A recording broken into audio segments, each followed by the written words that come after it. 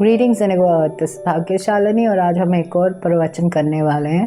और जैसे कि 15 अगस्त आ रही है और हर जगह हम यही सुन रहे हैं, हर घर तिरंगा। हमारे जो फ्लैग है या झंडा है उसमें 3 रंग है, उसे तिरंगा कहते हैं। और तीनों रंगों का बहुत महत्व है। तीनों रंगों का जो महत्व है वो हमारे संस्कृति से जुड़ा हुआ है। और एक तरह से जैसे लोग बात करते हैं स्पिरिचुअल या कॉन्शियसनेस से भी तिरंगा जो रंग है उसका बहुत बहुत बहुत इम्पोर्टेंट रोल है। जब हम बात करते हैं इन तीनों रंगों की, अब हम तीनों का बताएंगे कि रंगों का क्या मतलब होता है। जो हम बात करते हैं कि गेरुआ रंग है, तो गेरुआ रंग जो होता है वो हम बात करते हैं तो वो बैराग का रंग भी है, वो जॉय का रंग है कि हम डिटैचमेंट में होते हैं तभी हम ईश्वर से एक हो सकते हैं, तभी हम सुख पा सकते हैं, सच्चित आनंद। तो जो गेरुआ वस्त्र इसीलिए धारण किए जाते हैं। या हम गेरुआ रंग की इम्पोर्टेंस बताएं तो गेरुआ रंग की इम्पोर्टेंस ये होती है कि गेरुआ वस्त्र या गेरुआ रंग जो होता है वो सच्चित आनंद का प्रतीक है या सुख का प्रतीक है। अब हम बात करते हैं श्वेत रंग की या सफ़ेद रंग की। तो जो सफ़ेद रंग है वो हमें पता है कि वो पवित्रता का माना जाता है या प्योरिटी का माना जाता है।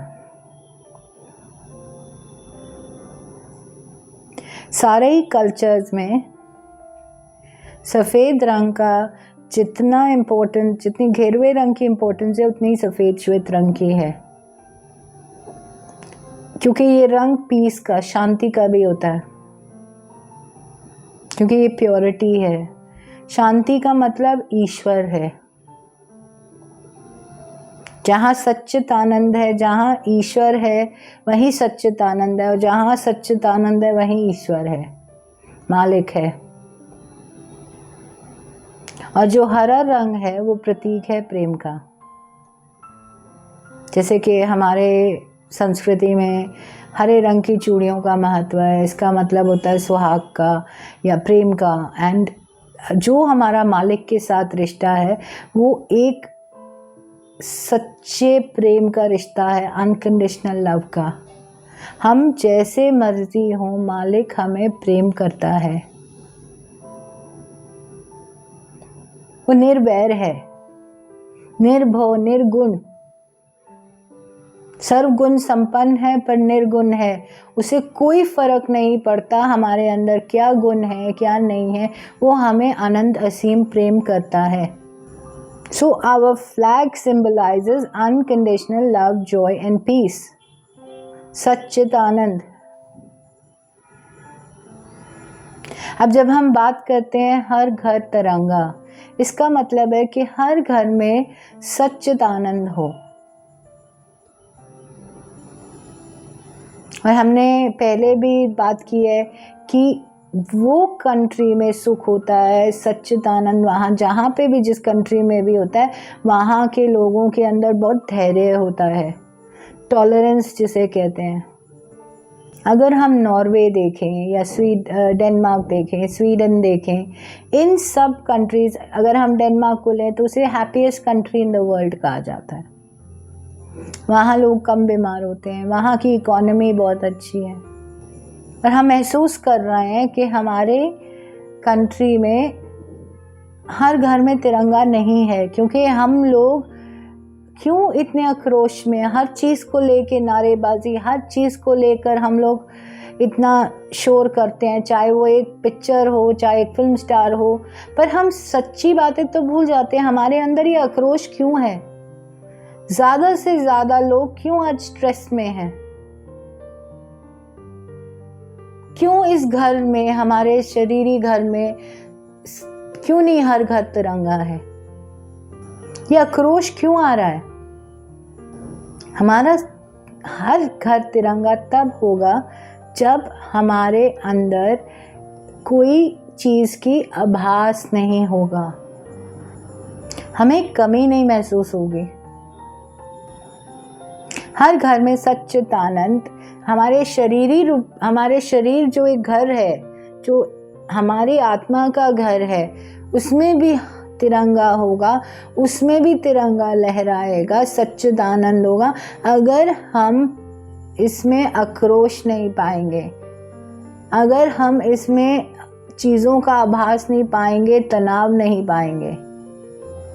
हमने ये देखना है आज कि हर घर तिरंगा कैसे हो सकता है, क्या चीज़ें हैं जो हर घर को तिरंगा होने से दूर कर रही है, वंचित कर रही है। झंडा लहराना आसान है, हमारे लिए आज सबसे ज़्यादा महत्वपूर्ण है कि हम हर घर, हर एक इंसान को तिरंगा बनाएं, हर घर तिरंगा बनाएं। और वो तब हो सकता है जब हम लोग ये सोचें कि हमारे अंदर ये सब चीज़ें क्या आ रही हैं, कहाँ से आ रही हैं। हमें देखिए, आप मूवी मत देखिए, अगर आपको लगता है कि किसी मूवी के कारण आक्रोश आ रहा है, तो ये मूवी तो हमारे को प्लेजर देने के लिए आई है ना, उसके लिए हमें चर्चा करने की ज़रूरत नहीं है, हमें आक्रोश लाने की ज़रूरत नहीं है। बट हमारे अंदर आक्रोश ऑलरेडी है, अशांति ऑलरेडी है, हमने वो देखना है वो अशांति क्यों आ रही है, क्या आभास हमें फील हो रहा है, क्या चीज़ गलत है, क्या हमारे को अच्छी सड़कें नहीं मिल रही, क्या हमारे रहने के आसपास जो जगह है वो साफ सुथरी नहीं है।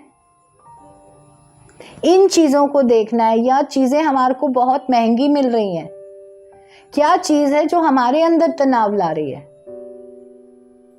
हमने अपने आक्रोश को, जो अंदर हमारे बन रही है अशांति, उसको किसी और चीज़ पे निकाल के ख़त्म नहीं करना, हमने उसको पहले पता लगाना है कि वो अशांति कहाँ से आ रही है, हमें हमारे ईश्वर से क्या चीज़ अलग कर रही है कि हमारे पास देने के लिए खूब सारा आक्रोश है, अशांति है, हमारे पास एक दूसरे से बांटने के लिए बहुत सारी भेद हैं, बहुत सारी हेट्रेड है, एक दूसरे से घृणा है, हम टॉलरेंस नहीं है हमारे अंदर। ये इनटॉलरेंस क्यों है, ये भेद क्यों आ रहे हैं, हम अपने आप में भेद पा रहे हैं तभी हम बाहर भेद देख रहे हैं। ये तो हम सब जानते हैं, जो हमारे भीतर है वही हमें बाहर महसूस होता है। अगर हमारे अंदर गुस्सा है तो हम बाहर तनाव, गुस्सा देंगे, पर अगर हम कभी भी प्रेम महसूस कर रहे हैं, शांति महसूस कर रहे हैं, हमारे पास घृणा, आक्रोश, अशांति, ये सब चीजें नहीं होंगी देने के लिए। अब हमने अपने लिए एक लिस्ट तैयार करनी है कि हम अपने घर को तिरंगा कैसे बनाएंगे, और इस लिस्ट के अनुसार हमने वो सब चीज़ें ईश्वर को, अल्लाह को, मालिक को, जीसस क्राइस्ट को, इस गुरुओं को, सबको समर्पित कर देने कि ये हमें नहीं चाहिए। चाहे हम अपने गली में सड़कों से ना खुश हैं, अपने शिक्षा अनुसंधान से खुश नहीं हैं, या जो हमारे अभी एट दिस मोमेंट हमारी इनकम की है, तो हमें ये भी देखना है कि हमारा इनकम हमें क्यों प्रॉब्लम दे रहा है। ये हमारे को हमारे अंदर से आक्रोश निकालने में मदद करेंगे, ना कि हम एक फिल्म के बारे में चर्चा करके आक्रोश अपने अंदर लाएं। ये आक्रोश ऑलरेडी है और इसका कोई लेना देना नहीं है फिल्म से, लोगों से, क्योंकि ये कहीं ना कहीं हमारे अंदर तनाव है जो बाहर निकल रहा है, अशांति है। तो इनका कारण क्या है, हमने सबसे पहले इसे पता लगाना है। आशा है कि अगले 15 अगस्त तक हम सब अपना घर, अपने अंदर अपने आप को तिरंगा में पाएं, अपने आप को रंग दे तिरंगा में, तब सही माने में हर घर तिरंगा है। Thank you Indigo earth.